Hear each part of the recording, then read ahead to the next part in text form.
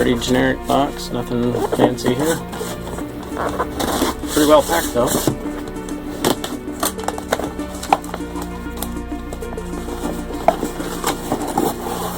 Let's see, just a bubble wrap around the actual camera.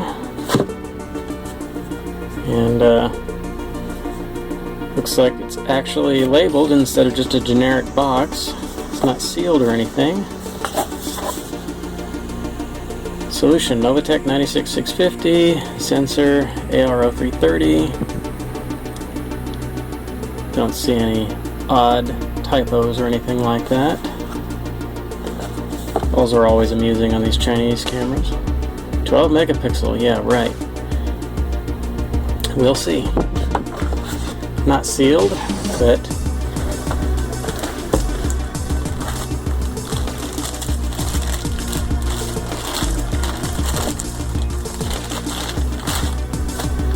we got the protective cover on the lens. Go ahead and take that off. Maybe. There we go. Very sticky. Lens looks slightly different from the one on the regular A118. Got the reset button. Same sort of holographic color to the record power and microphone indicators at the top. See if that can show up. Memory card slot, microphone hole, same lens adjustment.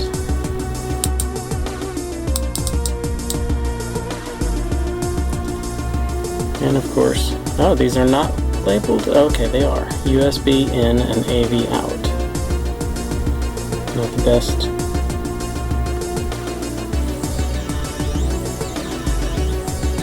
Okay. Your standard mount, a serial number. Okay, we'll set that aside.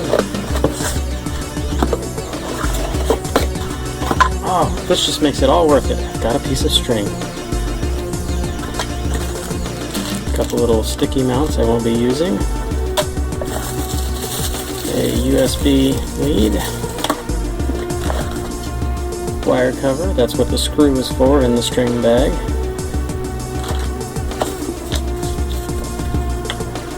User's manual. It's actually in English. Power cord looks like it's nice and long. It is rated at 1 amp.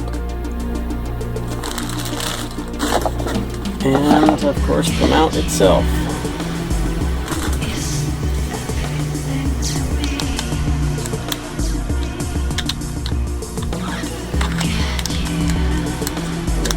Dot on the mount, that's very firm. The dot on the mount goes up to the top so that the wire cover, which has a matching dent, will fit right into there and everything will line up correctly in your car. So that if you wanted to, you could have a nice factory look.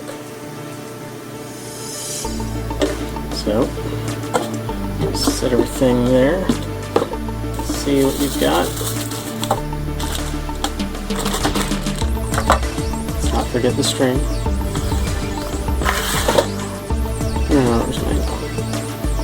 Easy enough. On the right is the original A118, and here's the A118C, as you can clearly see on the box and on the top as well. The cameras themselves pretty much look identical. I put a dab of paint on the record light myself just to help me be able to see it a little easier in the car. Let's go ahead and peel this off. And actually, you look at them right next to each other, the original does not have any kind of holographic look to the writing. You kind of see it glows chrome a little bit. The original is just plain white, which is fine, that's just a minor detail. They're both labeled at the top on the back plate. The one on the right, of course, it doesn't have the mount because I just took it out of the car. The mount is attached to the car. But let's see if the mount from the C, if I can remove it, it's very stiff, will fit on the original, and it does, and it's just as snug, so that's good. They're interchangeable.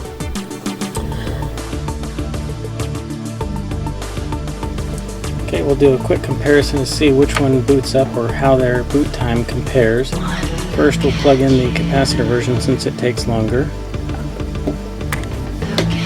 And then we'll plug in the A version, original version. See, the original version comes up much quicker, a little louder. When I timed them, the original version came up about 4 seconds. The capacitor version takes about 12 seconds, and this is before they actually start recording. Okay, and then just for comparison, we'll do a power down test. The capacitor version goes down very quick.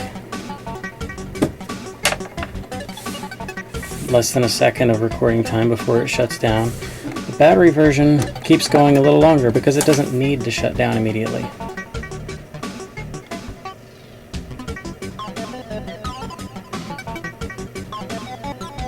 Probably about 10 seconds, I believe it was. There it goes. Let's go over the menu options on the A118C.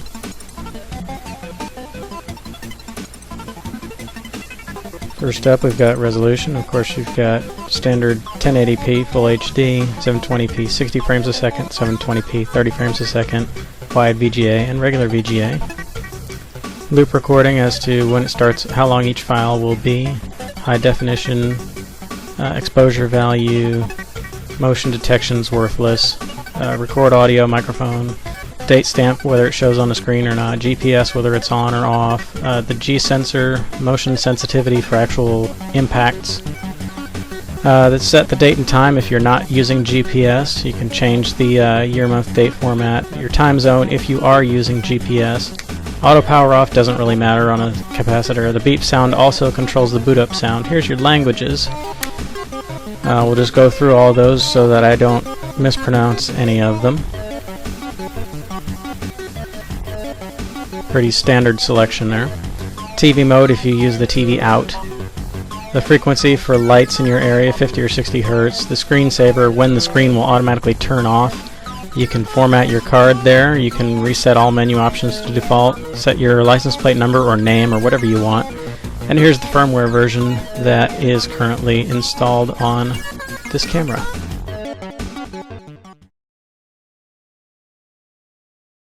So here we have some night footage, and I feel like I should let you know that my car has HID headlights. They're 4300K color, so they're pretty much white.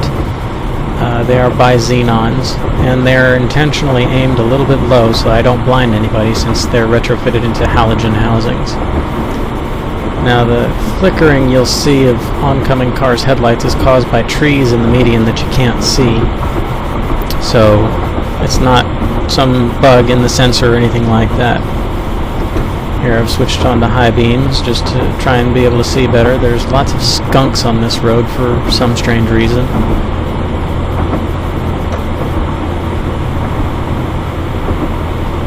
And here you'll see the flickering headlights I was talking about, real obvious. Coming up to an intersection, there tends to be a bit of a halo around a lot of lights, especially brake lights and traffic lights. Don't know why that is in particular. I do need to clean my windshield, but the bulk of the halo is caused by the lens itself rather than a dirty windshield or a dirty lens. Now when the car in front of me turns across, you'll see a little glare from the headlights, and that's normal and acceptable because it hurt my eyes when he turned in front of me. His headlights were so bright. You'll notice you can actually read the street sign on the far right edge of the screen, and you can read the Barker Cypress street sign I just now went under. And up ahead I'll turn into the shopping center, and you can see how the camera deals with a well-lit parking lot at night. As you can see, it's almost 10 o'clock at night, so the sun's been down a while. Already you can see cars clear across the parking lot, and the sensor adjusts itself to deal with the new lighting. You can read signs on the building. Here I'll make a slow turn. It's a little bit choppy, but it's not bad. Up ahead where the pavement looks shiny, that's actually bricks, and you can make out individual bricks in the video.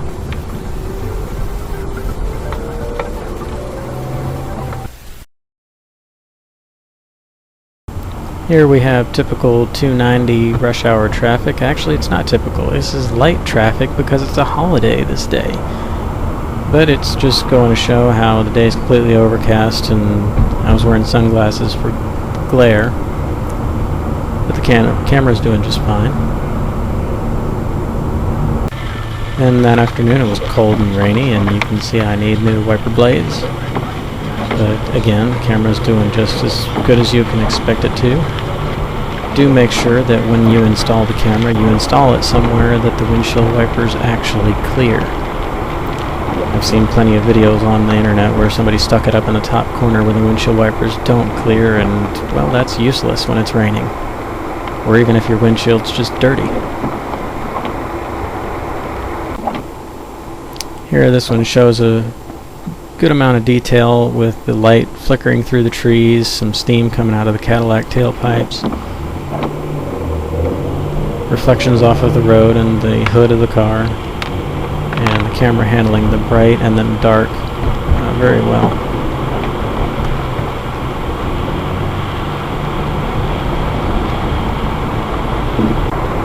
The next day it's dry and same overcast, yucky weather. You notice the fuel signs on the left, the prices in red and green, appear to be flickering. They're not actually flickering, that's just a mismatch in the frequency of the price sign and the camera frequency. Apparently the price sign is not running at 60 Hertz. That's what that setting is for in the menus. Notice these LED traffic lights were not flickering.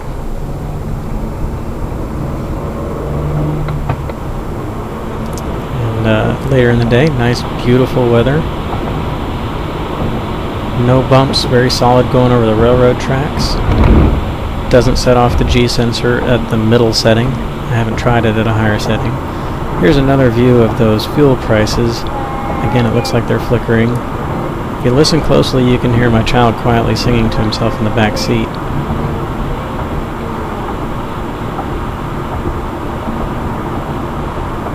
And here we'll show a file join. Pay attention to the two pickup trucks on the left. It jumps back about 1/4 of a second when it starts the new file, so there's no chance of losing anything in between files. And again, going from light to dark, the camera handles it great. It doesn't freak out about anything. So let's talk about the good and the bad things about the A118C. First up, it's got capacitors instead of a battery. That means it can handle extremes of heat and cold a lot better. The battery can't get damaged by the heat and cold because there isn't a battery. So there's no chance of a battery leaking or catching on fire like some lithium-ion batteries have done in the past. It's got a great form factor. It's tight up against the windshield. It reduces windshield glare because the lens is so close to the windshield. It's got a built-in screen in case you ever need to review footage at an accident scene, or perhaps if a police officer pulls you over. You can actually format a 64 gig micro SD card in the camera and it'll work just fine. I have verified that by putting the card into my computer to verify. They added side vents to the case to help ventilation a little bit. I've noticed that the newer A118 battery cameras have also come with these new vents. The camera does true 1080p, meaning it is actually nice and clear, especially in daytime. It comes with a wire cover to give you a nice factory looking clean installation. Depending on your vehicle, you may or may not be able to use that, or you may have to cut the wire cover down some to make it work and still have the camera as high as possible. And it got great daytime quality video. Of course, nothing is perfect, so let's talk about the bad things about this camera. It takes 12 seconds from the time it receives power until the time it starts recording. That is compared to 4 seconds from power being applied till it starts recording for the original battery version of the A118. When the power is cut, it instantly stops recording, well, less than a second, So if perhaps you get in an accident where the power is cut or the fuse blows for whatever circuit you've tapped into, then anything that happens after that is lost. It will not be recorded. But generally the stuff leading up to the accident is what's important anyway, so maybe that's not such a bad thing. It's not that critical. The lens cannot rotate left or right. This is the same as the A118, so if you're interested in using this camera for recording the police officer who pulls you over, or things that are going on the side of your vehicle, this is not the camera for you, but you probably already knew that. Nighttime video quality is just okay. You can still make out street signs and license plates if you're close enough to them, but nowhere near as good as you can during the daytime. But for my uses, it's perfectly good enough for me, and it beats the heck out of the old F70 camera that I had, which was pretty much useless at night. So, would I buy this camera? Well, I would have if I hadn't already won it in a raffle from GearBest. In fact, this is my second A118. Both the cameras you see in the video are mine. If you want to record your speed and have the time and date automatically set, you can add a GPS module for about 20 bucks. Support is great, including firmware updates on the dashcamtalk.com forums, as well as from vendors like GearBest. The price is great for such a compact Full HD camera. While there's room for improvement in the optics, such as the halo problem at night or brake lights overdriving the sensor, for the price, you just can't beat it. Thanks for watching, and I'll see you on the dashcamtalk.com forums.